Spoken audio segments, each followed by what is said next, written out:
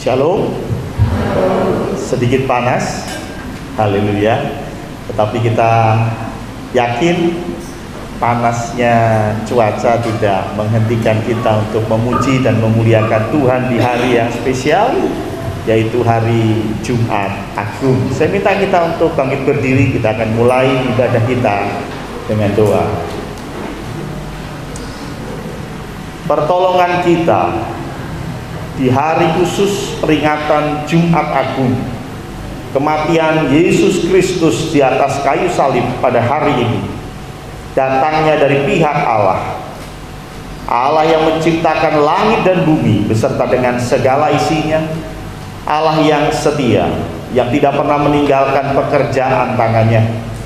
Turunlah atas kita sekalian kasih karunia dari Tuhan Yesus Kristus dan persekutuan oleh Roh Kudus. Amin. Silakan duduk.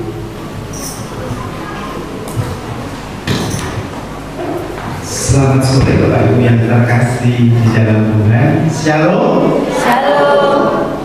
Shalom. Shalom. Puji nama Tuhan, kalau kita masih diberikan kesempatan pada sore hari ini untuk kembali bisa melakukan ibadah Jumat Agung di gereja kita, dan biarlah ibadah sore hari ini menjadi berkat yang luar biasa buat kita semua. Penebusan. Sesudah Tuhan Yesus meminum anggur asam itu, Dia berkata, sudah selesai. Lalu Ia menundukkan kepalanya dan Ia menyerahkan nyawanya pada Bapa surga. Bersyukur untuk sesuatu yang luar biasa yang sudah Tuhan kerjakan, menggantikan kita semua di atas kayu salib sehingga kita terbebas dari kuasa maut. Tugas kita terus dan terus bernyanyi dan bersorak-sorai bagi Allah, mengabarkan keselamatan itu. Kita pujikan, nyanyi dan bersorak bagi Dia.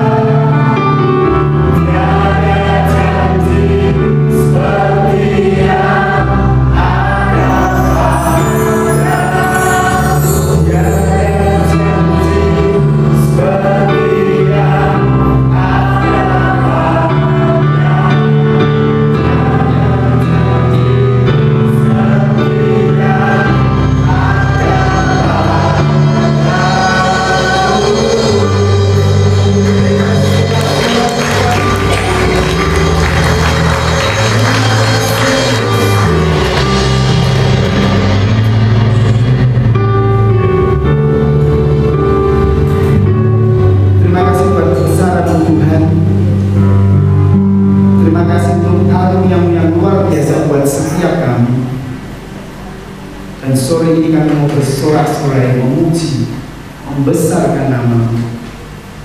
Buat kami bersuka cita, buat kami luar biasa ketika kami pulang meninggalkan tempat-Mu. Di dalam nama Tuhan kami Yesus Kristus, kami siap memuji dan membesarkan nama Tuhan. Semua yang percaya katakan sekali lagi dengan sorak-sorai. Kita akan tetap berdiri karena begitu besar kasih Allah akan dunia ini hingga diberikannya anaknya yang tunggal, supaya kita yang percaya tidak binasa melainkan akan beroleh hidup kekal. Dan pada sore hari ini kita berkumpul di tempat ini memperingati kasih-Nya yang ajaib, perbuatannya yang sempurna untuk menebus semua dosa kita. Kita akan pujikan ajaib Engkau Tuhan.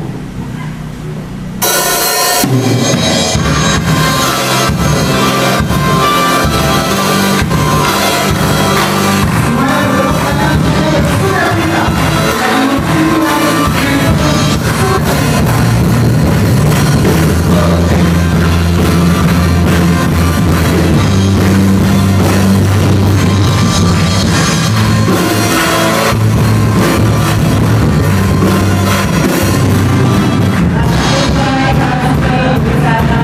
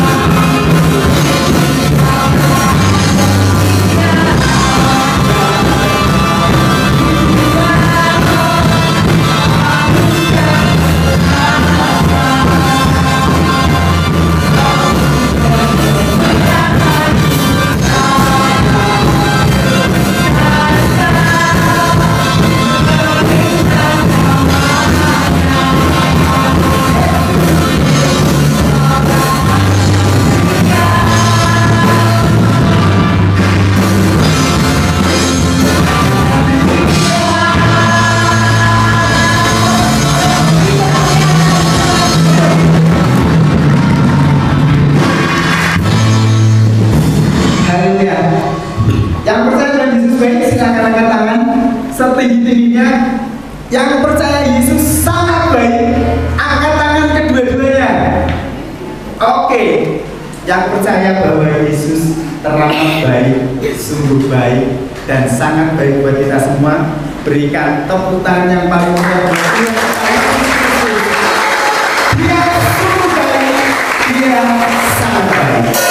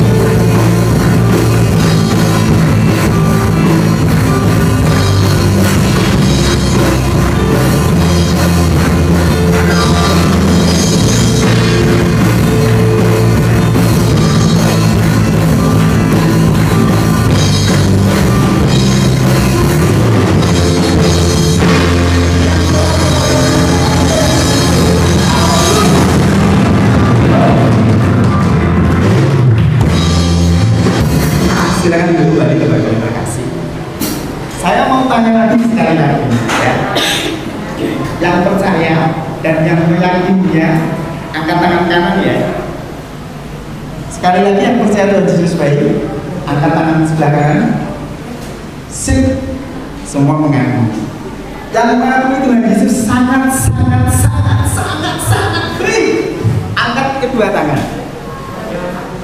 Ya Mas. Kita bersedia dengan lembut merasakan kebaikan Tuhan yang luar biasa. Yuk sama-sama. Dia sungguh baik,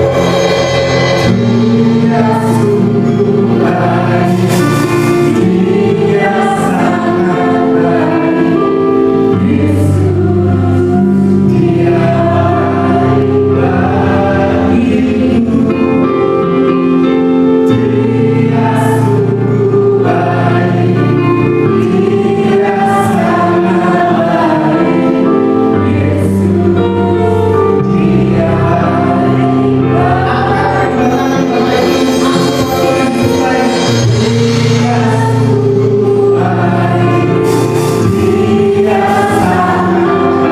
bagiku.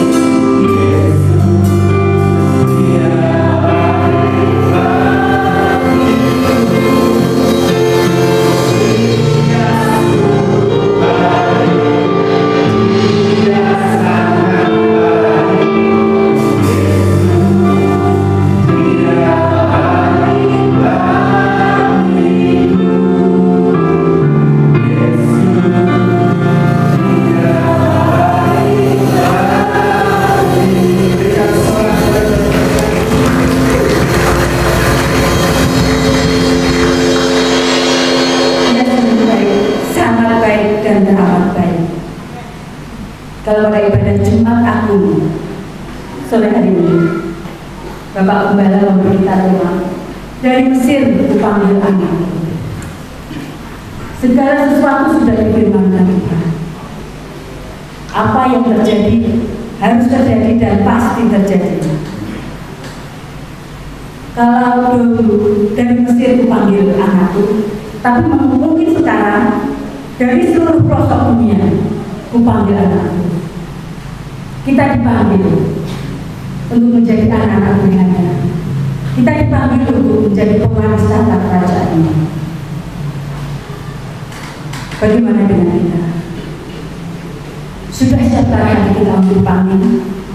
Sudah siapkah kita untuk menjadi pewaris kerajaan juga? Kita tahu, ketika kita dekat pada Tuhan, kita akan merasakan 1000 kenyamanan dan 1000 ketenangan. Banyak hal yang harus kita pelajari, banyak hal yang harus kita mengerti. Sebentar kita akan persiapkan hati kita. Kita akan mendengar berita kebenaran firman Tuhan. Kita akan persiapkan dengan sebuah pujian. Hanya dekat Allah. Allah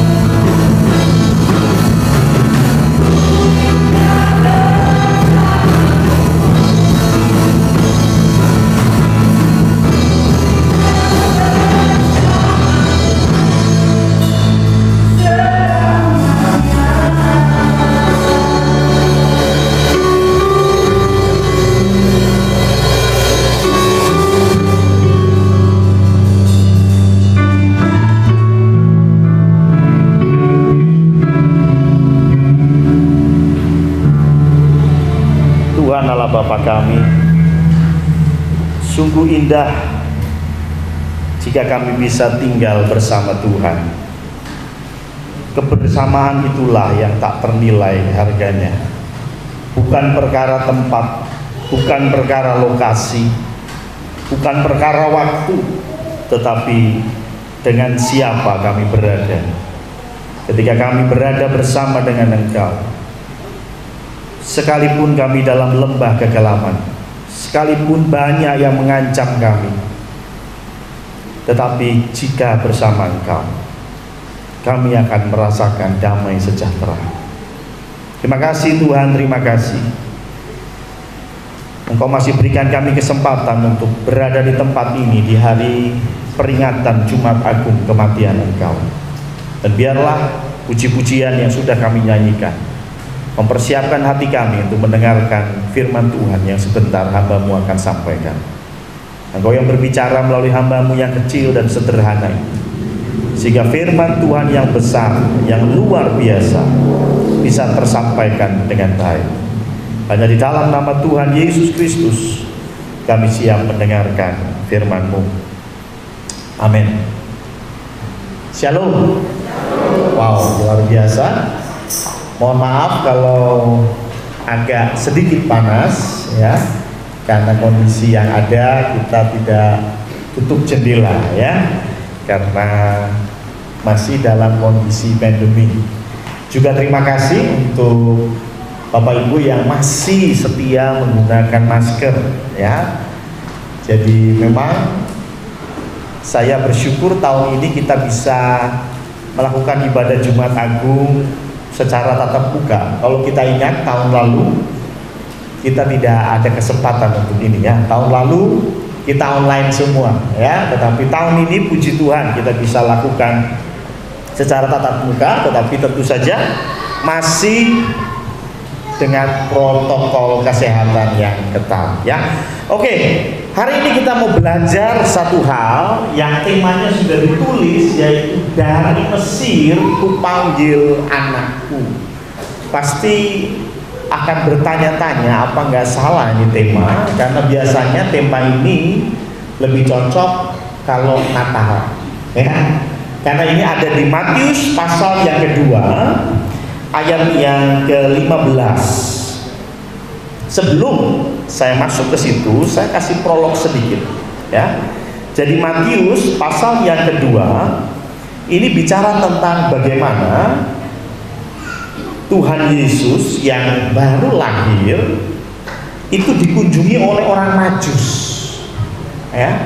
Dan orang Majus ini sebelum sampai Bethlehem, dia pikir anak raja pasti lahir di istana. Karena itu orang Majus ini datang ke Herodes, dan Herodes bilang, nanti kalau kau temu itu anak, tolong kembali dan kasih tahu saya. Saya mau ikut datang untuk menyembah dia. Tapi rupanya itu akal-akalannya Herodes. Herodes ingin membunuh anak itu.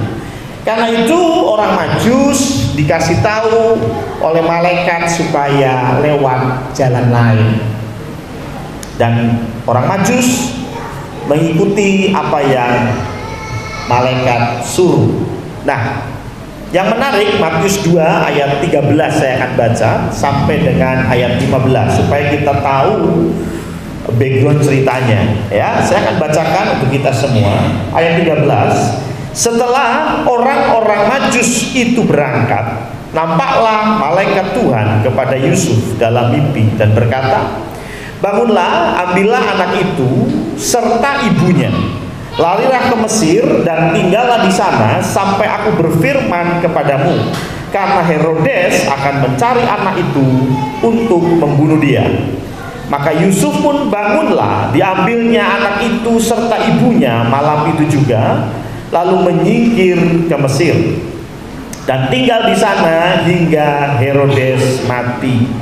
Hal itu terjadi supaya genaplah yang difirmankan Tuhan oleh Nabi, dari Mesir kupanggil anakku. Kalau kita tahu ceritanya seperti itu tadi, menurut Anda siapakah yang memanggil? Ku di sini siapa? Ku panggil. Ku di sini siapa? Dari cerita ini. Siapa? Allah. Allah Bapa berkata, ku panggil anakku. Sekarang kedua, siapakah yang dimaksud dengan anak? Tuhan Yesus. Betul. Dan ini yang sering disalahartikan, berarti Allah punya anak. Bagaimana? Betul nggak Allah punya anak? Allah tidak beranak dan tidak diperanakkan. Saya pun mengamini hal itu. Lalu apa konteksnya Bapa dan anak? Ini konteksnya adalah sebuah kedekatan. Bagaimana seorang anak begitu dekat dengan Bapa? Bapa begitu dekat dengan anak. Anak tidak selalu berarti anak biologis. Anak jalanan, betul ya? Masa jalanan punya anak? Ya enggak lah. Anak kunci, masa kunci punya anak? Anak tangga, mosok tangga punya anak? Artinya anak dan Bapa ini bicara tentang kedekatan. Dan itulah mengapa Tuhan Yesus bilang dan ajarkan kita satu doa yang luar biasa. Doa itu namanya apa? Doa Bapa kami. Kita pun disebut anak-anak Allah. Amin. Bilang sebelahnya, kamu anak Allah. Ya, bukan saya ngomong, Alkitab yang ngomong bahwa kita anak Allah. Jangan protes. Oh bukan, saya bukan anak Allah, saya anaknya Pak Parjo, yaitu ayahmu biologis. Ya, saya pun anaknya Pak Joko, gitu ya. Tapi dalam konteks kedekatan kita dengan Allah, kita boleh memanggil dia Bapa karena kita adalah anak. Jadi konteksnya Bapa dan anak itu bukan konteks Bapa punya anak, tapi konteksnya sebuah kedekatan. Jadi Allah punya hubungan yang dekat dan erat dengan Yesus. Kenapa? Yohanes 1 ayat yang pertama berkata, Yesus itu adalah firman Allah. Jadi Yesus itu pikirannya Allah. Yesus itu logosnya Allah. Pikiran saya dengan saya, lahirnya bareng, matinya bareng. Kalau saya besok mati, siapa yang khotbah Paskah? Ya, ulangi ya. Kalau saya besok mati, berarti pikiran saya matinya kapan? Besok. Kalau saya lahirnya 22 Maret, berarti pikiran saya lahir 22 Maret. Yesus dan Bapa adalah satu, dan kedekatan itu yang coba Tuhan sampaikan sebagai Bapa dan anak. Sedekat apa sih? Sebetulnya dari Mesir kupanggil anakku ini adalah sebuah nubuat.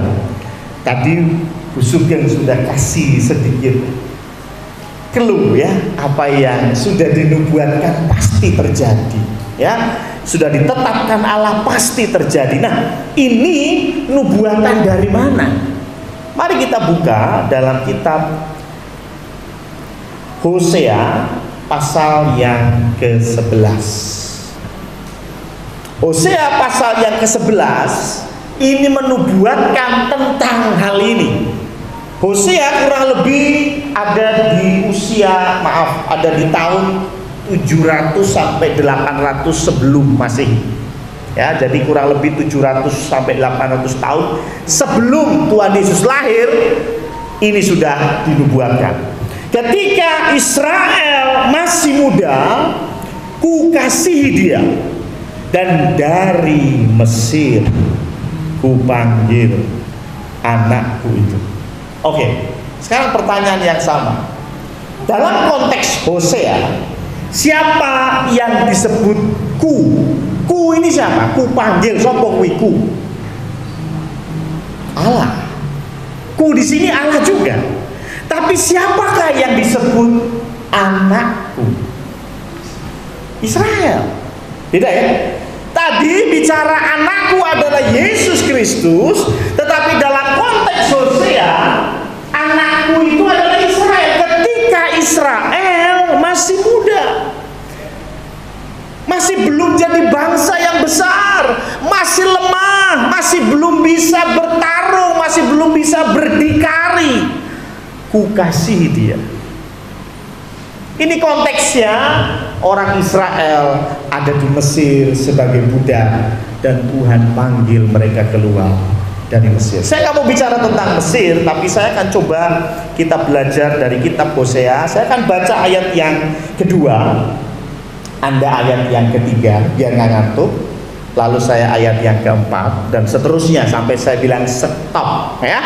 Oke, saya akan mulai dari ayat yang kedua karena ayat yang pertama tadi kita sudah baca. Ayat yang kedua, makin kupanggil mereka, makin pergi mereka itu dari hadapanku. Mereka mempersembahkan korban kepada para Baal dan membakar korban kepada patung-patung.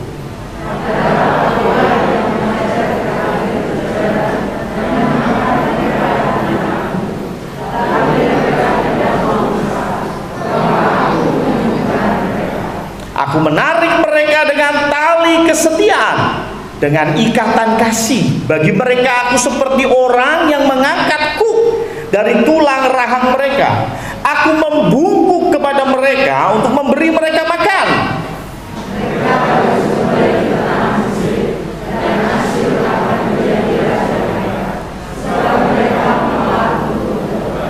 Pedang akan mengamuk di kota-kota mereka, akan memusnahkan palang-palang pintu mereka, dan akan memakan mereka di benteng-benteng mereka.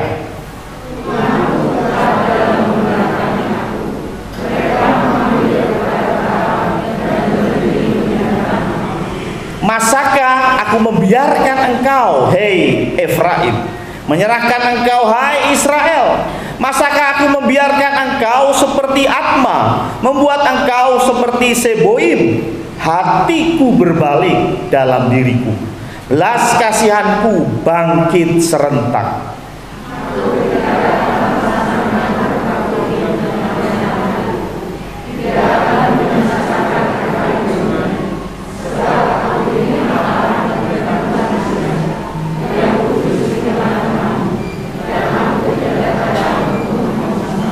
Amin. Cukup sampai ayat ke-9. Menarik, karena kalau kita perhatikan Hosea itu siapa? Hosea ini satu nabi yang unik. Saya cerita dulu tentang Hosea. Jadi Hosea ini satu nabi yang unik karena nama Hosea itu sama seperti nama Yosua. Arti namanya sama. Hosea dan Yosua itu sama, bahkan nama ini sama dengan nama Yesus. Yesus, Yosua, Hosea itu sama. Artinya sama. Apa artinya? Yahweh, Allah penyelamatku. Allah yang menyelamatkan aku. Itu arti dari Yosua atau Hosea dan juga Yesus. Dan Hosea ini nabi yang unik. Kenapa? Dia tercatat kalau kita baca di pasal 1, 2, 3, bagaimana Hosea ini punya istri pelacur. Yang sudah 17 tahun ke atas pasti mengerti maksud saya. Istrinya itu pelacur. Tetapi yang menarik, Tuhan suruh apa? Ketika istrinya pergi dengan laki-laki lain, Tuhan suruh hampiri istrinya.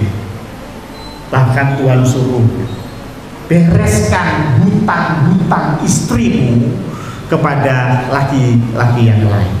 Jadi rupanya istrinya itu bukannya dapat duit malah ngutang. Parah ini ya.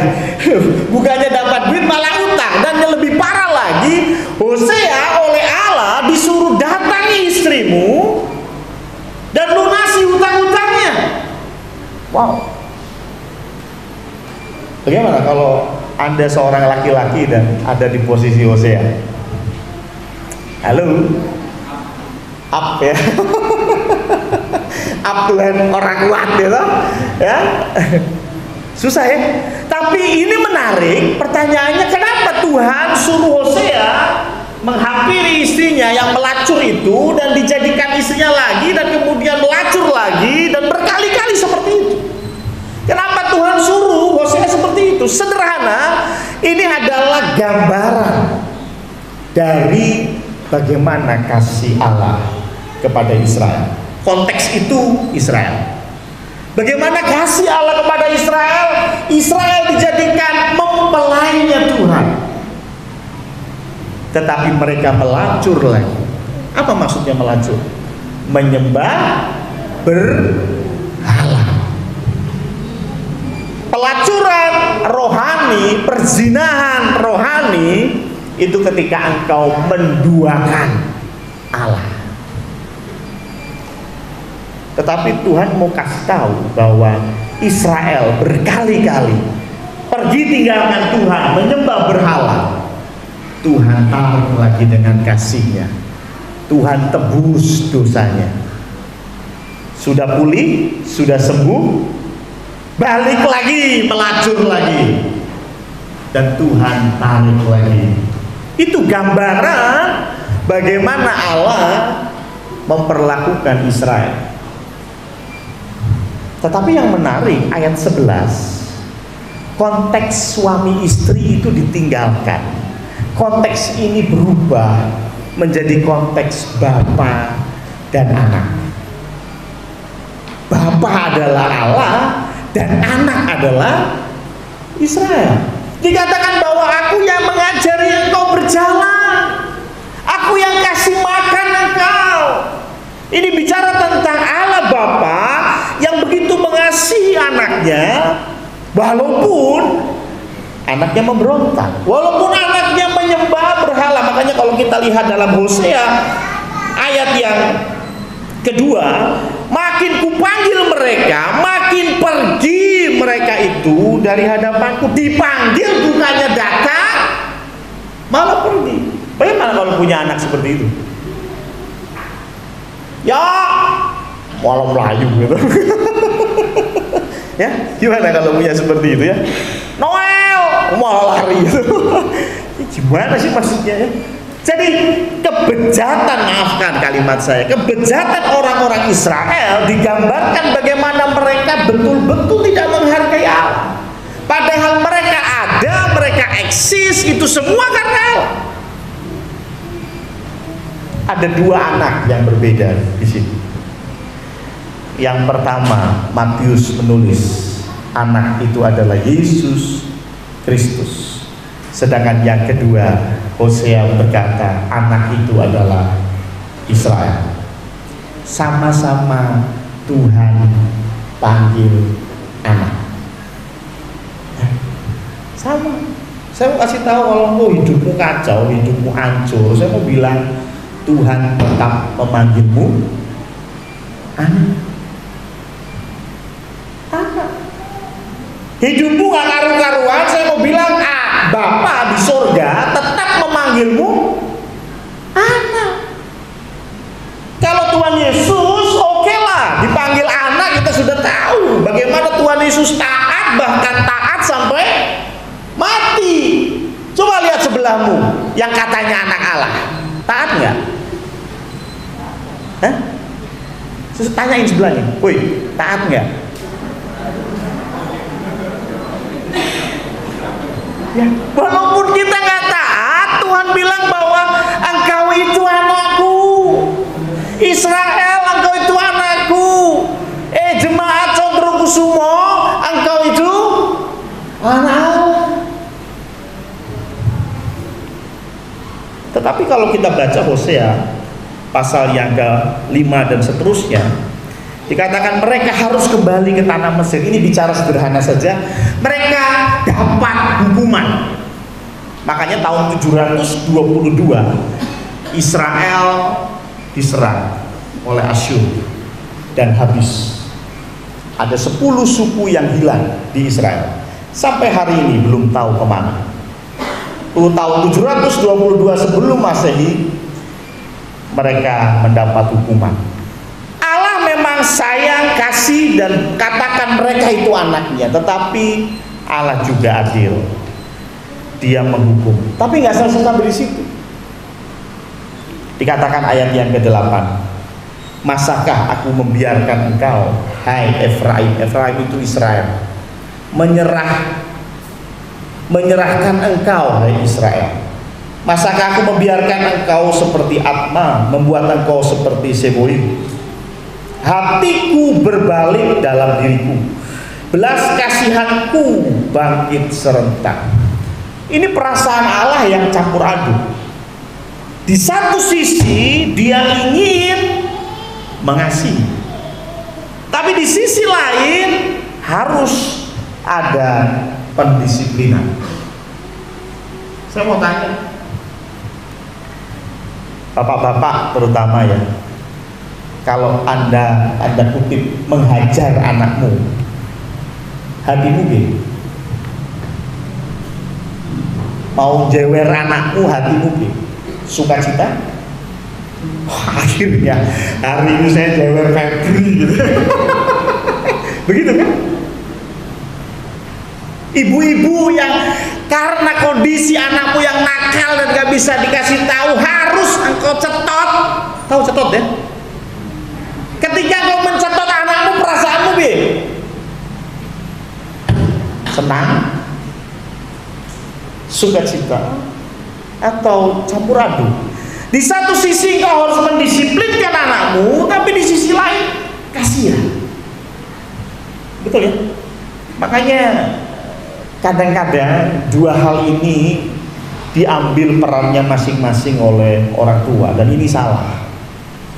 Maksudnya begini, ayahnya berpikir mendisiplinkan, ibunya berpikir untuk mengasihi.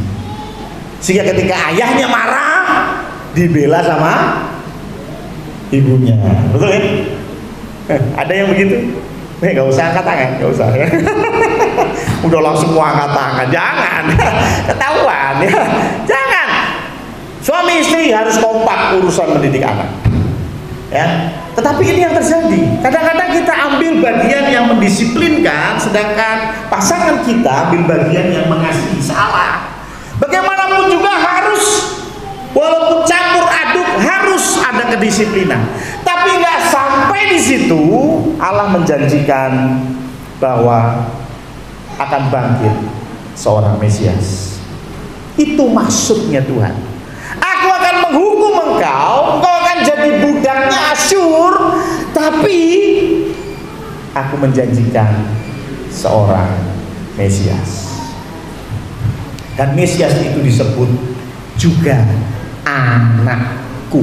Sama-sama anak, sama-sama punya kedekatan dengan Bapa. Bahkan anak yang satu ini jauh lebih dekat, karena dia nggak disebut hanya anak, tetapi disebut anak tunggal Bapa.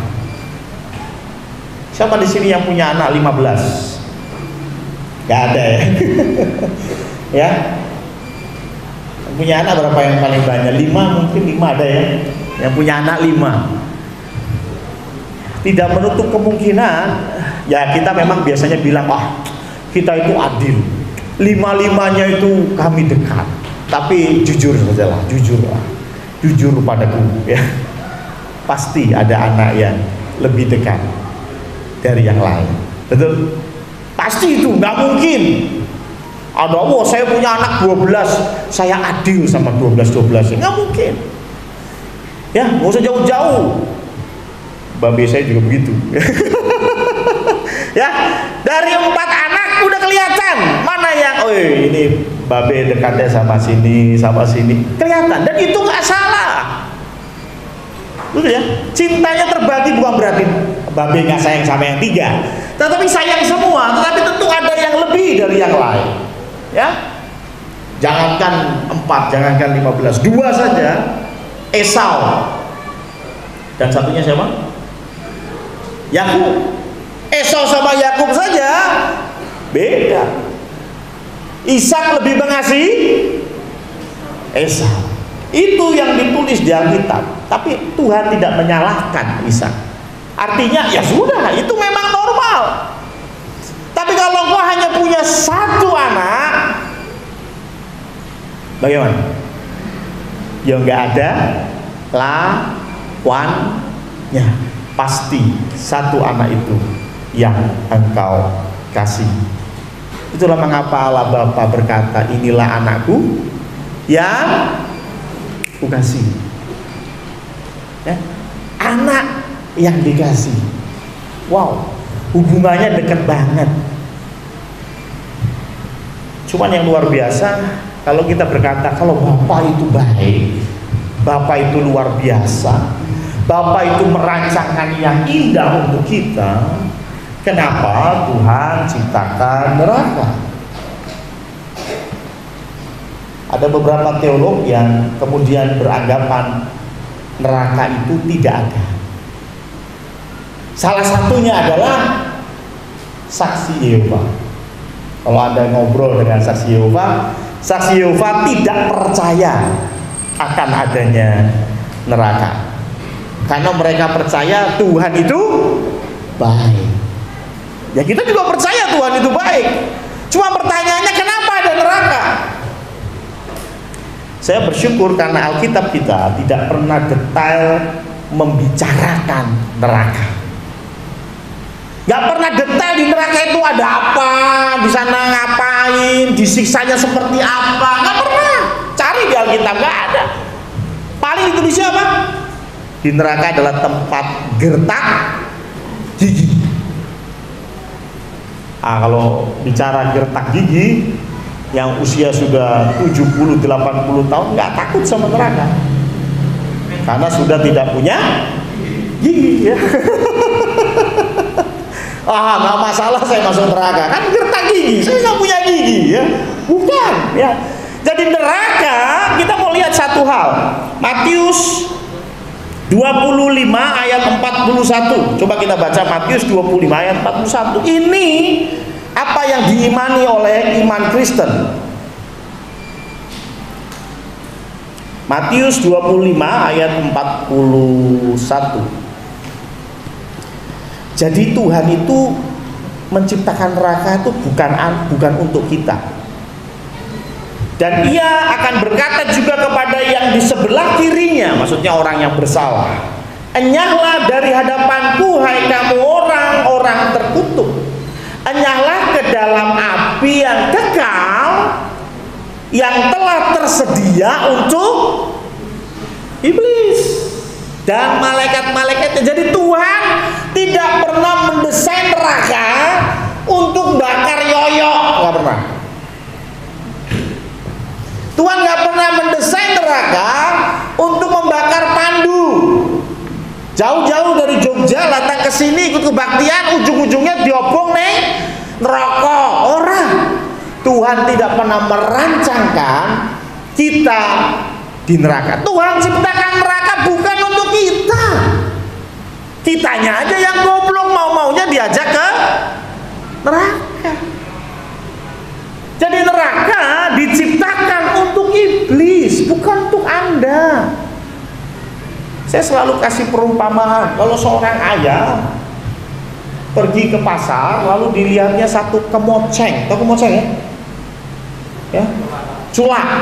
Kemudian seorang ayah itu beli kemoceng atau beli sulak itu. Saya mau tanya, apakah ada di pikiran seorang ayah? Apa ini gue nyeples bokongnya anakku? Pernah nggak? Mas Benny mungkin. Kita nggak nyeples bujuku api ya. Jangan ya. Ya, pasti nggak punya dong. Pasti berpikir bahwa oh ini bagus untuk bersih-bersih, ini baik untuk membersihkan. Tapi begitu sampai rumah anaknya bikin perkara nakal, akhirnya diambil itu kemoceng, pukul ke pantat. Tapi saya mau tanya, dari awal si bapak ini apakah sudah punya pikiran yang namanya kemoceng ini akan mukul anaknya? Nggak pernah. Tuhan ciptakan neraka bukan untuk kita. Tapi juga yang kedua, fakta yang menarik tentang neraka adalah, coba kita buka Di dalam 2 Tesalonika 1 ayat yang ke-9, orang berpikir neraka itu tempat yang mengerikan, begini begitu. Tapi aneh, kalau ada dibaca Alkitab, dikatakan neraka itu adalah kegelapan yang paling gelap. Betul ya? Kegelapan yang paling gelap. Tapi di lain pihak Tuhan bilang apa? Neraka itu api yang menyala-nyala. Coba Anda pikir, gelap tapi ada api yang menyala-nyala. Dulu ya. Betul nggak? Loh, gelap lo katanya, tapi ada api yang menyala-nyala. Oh ya sudahlah, kita nggak perlu mikir neraka kayak apa. Tapi satu hal, di dalam 2 Tesalonika 1 ayat yang ke-9 dikatakan demikian. Mereka ini akan menjalani hukuman kebinasaan selama-lamanya. Berarti bicara tentang neraka. Seperti apa sih neraka? Baca terusan. 1, 2, 3. Dijauhkan dan kemuliaan kekuatannya. Itulah konsep neraka. Jadi neraka itu bukan perkara panas atau dingin, gelap atau terang, haus atau enggak, bukan. Tapi neraka adalah ketika kita dijauhkan dari hadirat Tuhan dan dari kemuliaan kekuatannya. Jadi kalau kita jauh dari Tuhan, saya mau bilang engkau ada di neraka.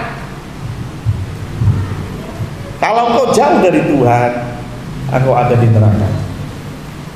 Tapi kalau engkau dekat dengan Tuhan, sekalipun engkau berjalan dalam lembah kegelapan, engkau sedang ada di surga. Jadi surga dan neraka bukan bicara lokasi, bukan bicara keadaannya bagaimana. Oh nanti di surga itu enak, ya udah enak lah, ini lantainya terbuat dari emas dan jur ngopo. Emasnya itu mau buat apa? Ya, oh kita sudah mati, masih buat apa? Mau ada emasnya? Itu kan gambaran bagaimana ketika kita dekat dengan Tuhan, keindahan, damai, sejahtera, sukacita itu ada. Tapi sebaliknya, ketika engkau jauh dari Tuhan, engkau ada di neraka. Kita kembali setelah konsep neraka kepada dua anak, yang satu Israel, yang satu Yesus Kristus. Hari ini kita belajar tentang Jumat Agung, bagaimana Tuhan Yesus di kayu salib. Ada banyak yang bisa kita pelajari, tetapi kalau kita bicara tentang konsep neraka tadi, Tuhan Yesus pernah ke neraka nggak? Saya tanya, Tuhan Yesus pernah ke neraka nggak? Pernah, gitu ya. Ada juga yang bilang nggak pernah. Ingat konsepnya di dalam 1 Tesalonika tadi, 2 Tesalonika 1 ayat 9 tadi, neraka adalah dijauhkan dari hadirat Allah. Ayo kita buka satu ayat, satu kata-kata yang Tuhan Yesus ucapkan di dalam menit-menit sebelum beliau meninggal. Matius 27 ayat 46. Matius 27 ayat 46.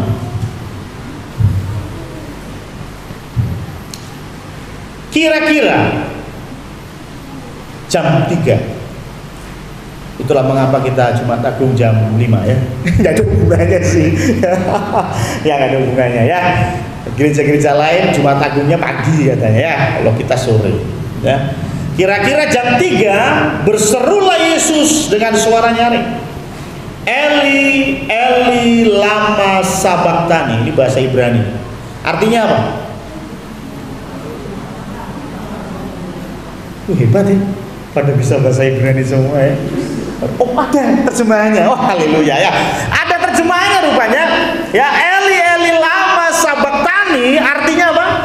Allahku, Allahku, Kalau saya lihat bagaimana Tuhan Yesus yang adalah Allah jadi manusia, dia sengsara. Minggu lalu saya bicara, tampan pun tidak, betul ya? Minggu yang lalu saya bicara, Tuhan Yesus itu wajahnya tampan aja enggak gitu. Sama Febri, gantengan Febri, yakin semaraknya enggak ada. Berarti sengsara enggak? Sengsara.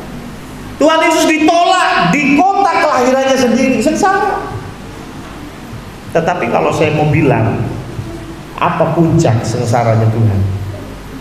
Puncak sengsara Tuhan adalah ini: Allahku, Allahku, mengapa engkau meninggalkan aku? Tuhan Yesus rela pergi ke neraka supaya kita mendapat surga. Minggu yang lalu dan beberapa hari kemudian,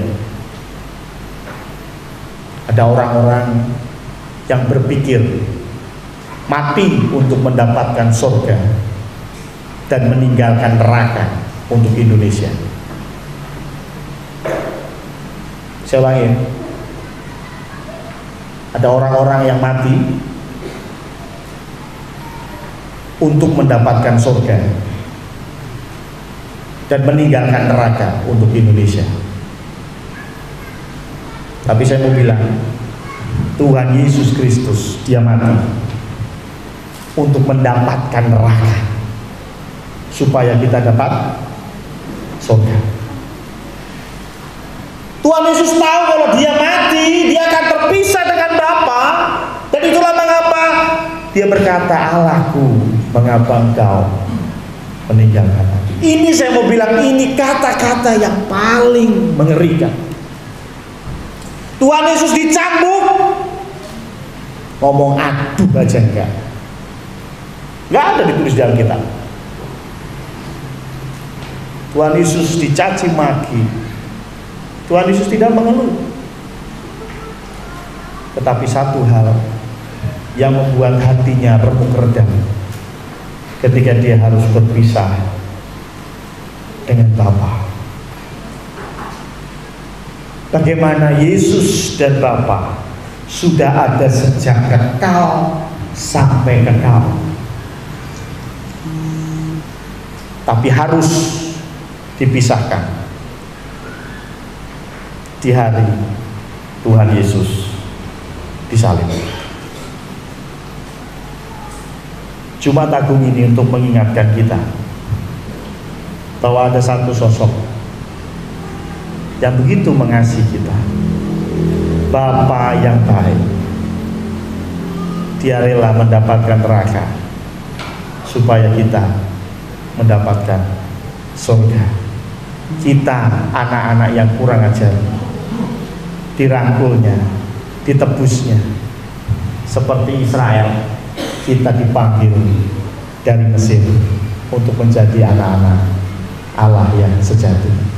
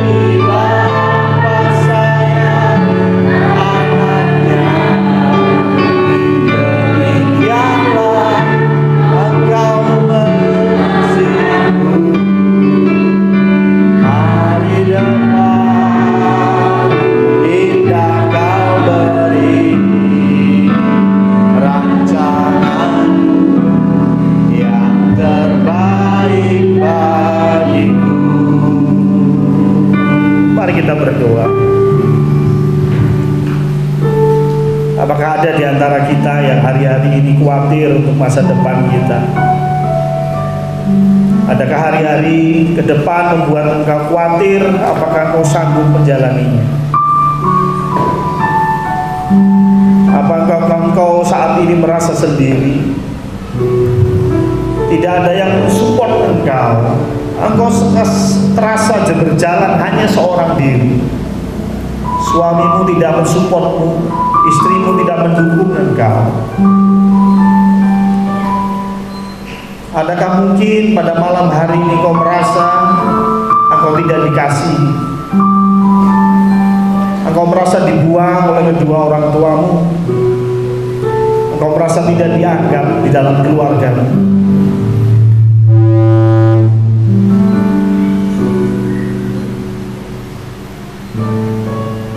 Saya minta untuk engkau angkat tangan,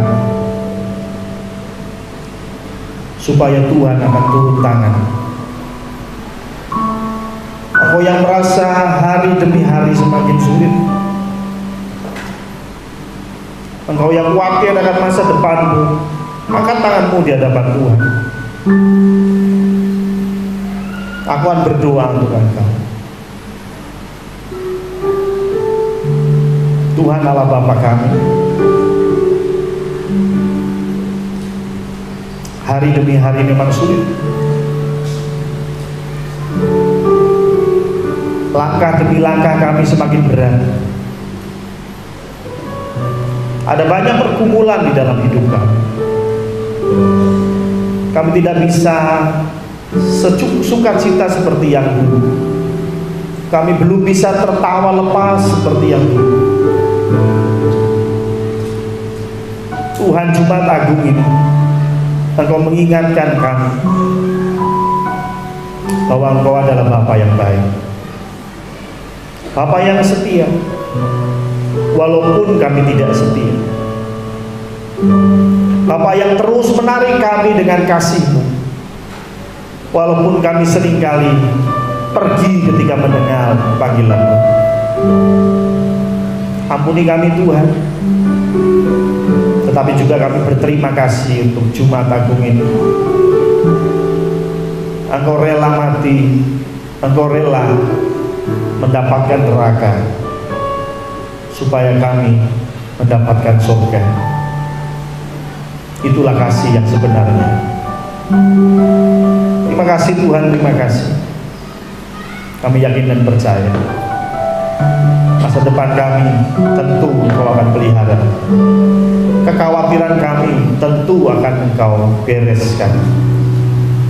Engkau akan tunjukkan kepada kami tangan-Mu yang kuat, gadamu yang perkasa, sehingga kami tidak takut dan gentar lagi, karena kami punya Tuhan yang kami sebut dengan Bapa, yaitu Bapa yang baik. Terima kasih Tuhan. Hanya di dalam nama-Mu kami berdoa. Amin. Kami bangga memiliki Allah seperti Engkau Tuhan. Engkaulah segala-galanya di dalam hidup kami. Kami bersyukur Tuhan, kami bersyukur kami menjadi umat-Mu. Kami menjadi anak-anak-Mu Tuhan. Kami menjadi umat tebusan-Mu Bapa. Terima kasih Tuhan, terima kasih. Pengorbanan-Mu yang luar biasa Kau nyatakan Tuhan. Engkau rela mati bagi kami. Engkau rela tergantung di atas kayu salib bagi kami Tuhan. Itu adalah bentuk kasih-Mu kepada kami. Terima kasih Tuhan, terima kasih. Ampuni kami Tuhan, kalau sampai saat ini kami masih mengeraskan hati kami. Ampuni kami kalau sampai saat ini Tuhan kami masih tegar tengguh Tuhan. Kami merasa mampu tanpa Engkau, kami merasa kuat tanpa Engkau. Ampuni kami Tuhan. Seringkali Tuhan kami memakai kekuatan kami sendiri, kami melupakan Engkau. Ampuni kami Bapa, ampuni kami.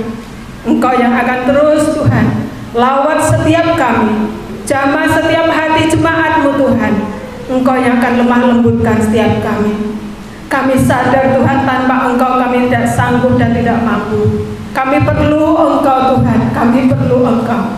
Kami mau Tuhan mengangkat tangan kami. Kami tidak sanggup dan tidak mampu tanpa Engkau Tuhan. Engkau Bapa yang akan turun tangan untuk menyelesaikan segala perkara yang kami hadapi, untuk menyelesaikan Tuhan setiap persoalan yang kami hadapi Bapa.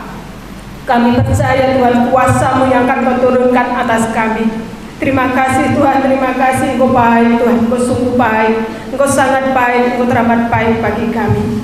Bapa, Engkau yang akan terus memberikan kepada jemaat Mugia Condrokusumo Tuhan, khususnya Bapa, semakin hari semakin dekat dengan Engkau, supaya kami tidak terhilang Bapa. Jangan biarkan kami terhilang satupun di antara kami.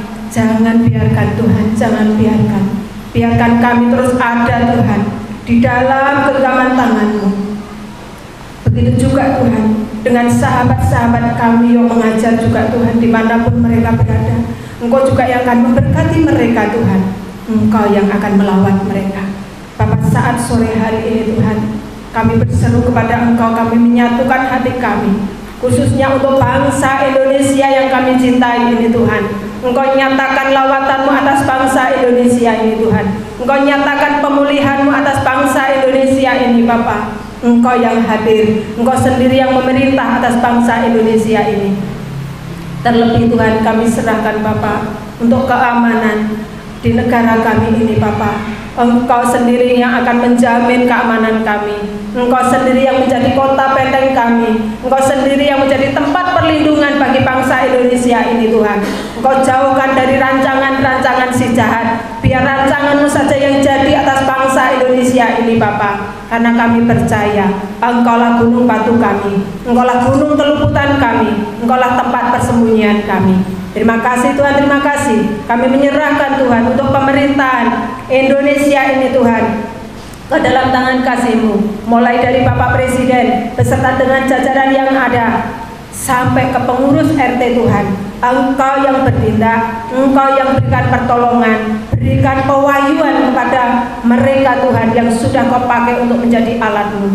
Engkau yang akan terus berikan roh yang takut dan getar akan Engkau, sehingga apapun Tuhan yang dikerjakan, dilakukan, semuanya untuk kebaikan bagi masyarakat Indonesia ini Bapak. Engkau nyatakan Tuhan kuasa-Mu atas bangsa Indonesia. Sekali lagi Tuhan, ampuni bangsa Indonesia ini Tuhan. Ampuni Tuhan rakyat Indonesia ini Tuhan yang mendukakan Engkau. Engkau yang akan turunkan belas kasihan-Mu atas bangsa Indonesia ini. Terima kasih Tuhan, terima kasih. Kami menyerahkan Tuhan untuk setiap kami yang hadir pada saat malam hari ini. Berkat-Mu turun atas kami Tuhan. Bahkan Tuhan, Engkau yang sudah membawa kami menjadi anak-anak-Mu. Kami bersyukur buat semuanya. Inilah Tuhan doa dan ucapan syukur kami. Pengharapan kami ini hanya kami beralaskan di dalam satu nama, Tuhan kami Yesus Kristus. Haleluya, amin. Bapak Ibu Saudara sekalian, minta waktunya sebentar untuk menyimak warta yang masih akan kita lakukan, yaitu 2 hari ke depan. Hari Sabtu ada doa pagi, masih online, yang mana dilayani oleh Diaken Suharti. Untuk ibadah Paskah, kita akan kembali hadir bersama-sama di dalam merayakan ibadah Paskah.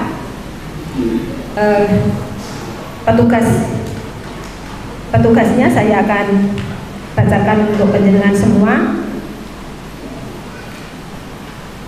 Ibadah Minggu sore digabung dengan ibadah pagi. Jadi ibadah sore ditiadakan Untuk asar dilayani oleh Bapak Ibu Sugeng Tiono. Pujian akan dilayani oleh Bapak Budi, yang mana firman Tuhan kembali disampaikan oleh Pendeta Samuel Biotomo. Pengumuman dan doa akan disampaikan oleh Diaken Kristiana SW. Musik dilayani oleh Saudari Veronica, Bapak Albian, dan Saudara Febri. Ini warta yang perlu mendapatkan perhatian Bapak Ibu Saudara sekalian, dan saya mewakili panitia. Kami mengucapkan terima kasih Bapak Gembala, Penatua Majelis, dan seluruh panitia. Mengucapkan terima kasih kepada seluruh jemaat Mugia Condrokusumo, khususnya yang sudah mendukung terselenggaranya kegiatan mulai dari Jumat Agung ini sampai dengan Pentakosta nanti. lewat apapun Bapak Ibu yang sudah dipersembahkan semuanya untuk kemuliaan nama Tuhan. Kami mengucapkan terima kasih sekali, dan kami juga mengucapkan terima kasih kepada semua sahabat-sahabat Yok Mengajar dimanapun berada. Terima kasih untuk berkatnya yang mana sudah memberkati kami Jemaat Gia Condrokusumo, dan Tuhan yang akan senantiasa memberkati Bapak Ibu Saudara, sahabat-sahabat Yok Mengajar dimanapun kalian berada. Terima kasih, Tuhan Yesus memberkati. Waktu saya serahkan pada Pak Pendeta. Ya, saya kira saya tambahkan terima kasih juga untuk Bapak Sutrisno, juga Pak Imam mungkin yang menjaga di depan, dan juga mungkin bapak-bapak lain dari polisi dan TNI. Terima kasih banyak atas perhatian dari bapak-bapak sekalian, sehingga kami umat Nasrani bisa melakukan ibadah dengan tenang. Ya, sekali lagi terima kasih juga untuk pemerintah yang tentunya sudah bekerja secara optimal. Saya ucapkan terima kasih. Saya mengundang untuk kita semua kembali hadir di ibadah Paskah hari Minggu jam 6:30 pagi, di mana kita juga akan menyaksikan 4 orang saudara kita akan dibaptis. Ya, jadi sekali lagi kita akan berjumpa di hari Paskah. Mari kita tutup di dalam doa. Oh, sebelum tutup di dalam doa, apakah di sini ada namanya Dina? Dina datang nggak? Mana? Coba bangkit berdiri. Happy birthday to you, happy birthday to you. Cukup ya. Selamat ulang tahun, Tuhan memberkati Adina, dan kita akan berdoa sekaligus untuk mendoakan Adina ya. Mari kita bangkit berdiri. Tuhan Allah Bapa kami, terima kasih karena pertolongan Tuhan, Jumat Agung, perayaan yang kami peringati pada hari ini bisa berjalan dengan baik. Kami bersyukur untuk penjagaan yang ada, kami bersyukur untuk cuaca, kami bersyukur untuk kondisi hati kami. Walaupun ada masalah di sound system, tetapi kami bersyukur Tuhan, tidak ada yang hilang, semua bisa kami serap, berkat-berkat Tuhan bisa kami nikmati. Kami juga berdoa secara khusus untuk Dina yang hari ini berulang tahun. Engkau yang tambahkan usia di usia yang masih sangat muda ini, sehingga masa depannya biarlah Dina gantungkan di tangan Tuhan, dan pastinya Tuhan akan merancangkan yang indah. Terima kasih Tuhan. Kami juga berdoa untuk ibundanya, Engkau juga beri kekuatan untuk melalui hari demi hari bersama Kristus. Terima kasih Tuhan, terima kasih. Kami juga berdoa untuk setiap kami yang hadir. Kami yakin dan percaya berkat Tuhan tidak akan melewati kami, semuanya akan mendapatkan berkat yang daripada Tuhan, sehingga kami pulang tidak akan sama seperti kami berangkat. Kami pulang dengan berkat-berkat Tuhan. Bapak Ibu sekalian, angkatlah tanganmu, pandanglah Tuhan dengan hatimu, dan terimalah berkat Tuhan. Tuhan memberkati engkau, Tuhan melindungi engkau, Tuhan menghadapkan wajahnya kepadamu dan memberikan engkau damai sejahtera dari sekarang sampai selama-lamanya. Amin.